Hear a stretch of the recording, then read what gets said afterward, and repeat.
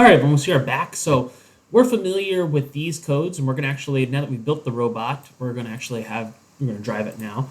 So we're familiar with all this top code. One of the cool things that you can do is after your void setup and after your loop, you can go ahead and actually you can create and define functions. So here what we're doing is we are defining our function forward. So that's the name of our function here. So it's a function. And then we're going to basically give it a value that's time.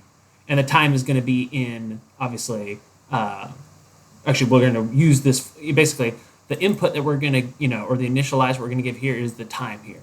So we're going to specify essentially a delay. So within our forward function, it's going to have our right motor is going to rotate our counterclockwise, left motor, clockwise direction. And so it's going to allow us to go forward. We also have a function that's reverse. We also have a pivot front right. So we see here, we have our right wheel turn, our left wheel does not turn.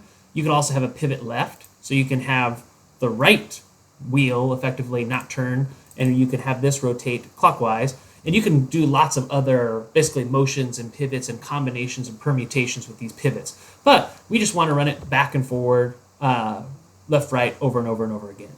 So all we would have to do is we would put our forward function, specify the time, then reverse, and then it'll just go back and forth and back and forth.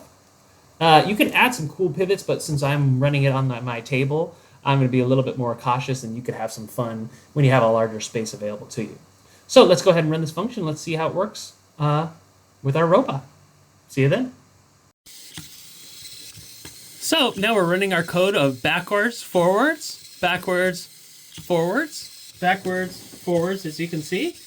And what we're going to do is we're going to add like a little pivot in here too. So backwards and forwards is very fun, but let's do something a little bit cooler. So what I'm going to do is we're going to try to stop our sketch. Good. It's going to go forward first, and it's going to do a right pivot. So it's going to look maybe a little bit funky, but actually let's go ahead.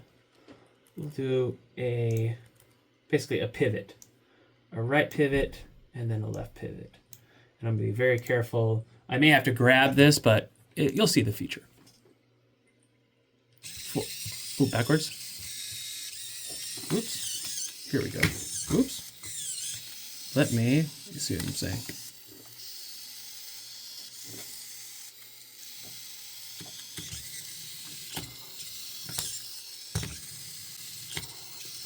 Pivot. So you can see the motion on the wheels.